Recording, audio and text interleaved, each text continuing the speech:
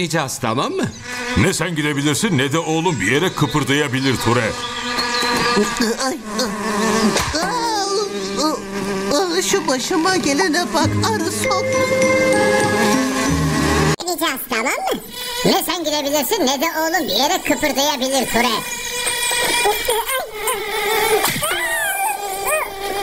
Şu başıma gelene bak arı sok.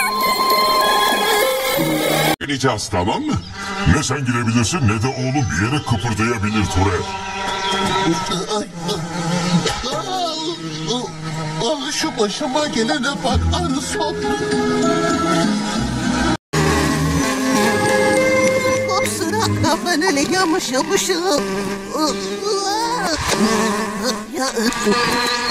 Erosтрeli bezdrup bıkırey mulu ödenli sözü verin gelsin. Mamat saç.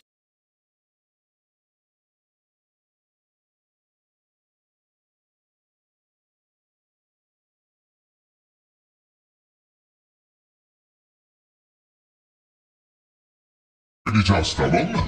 Ne sen girebilirsin ne de oğlum bir yere kıpırdayabilir Ture.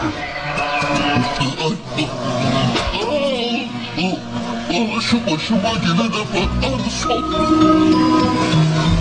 Deneyeceğiz, tamam mı?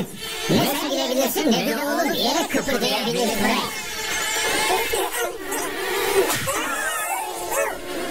Şu başıma gelene bak arı sok. Deneyeceğiz, tamam mı? Ne sen girebilirsin ne de oğlum bir yere kıpırdayabilir Ture.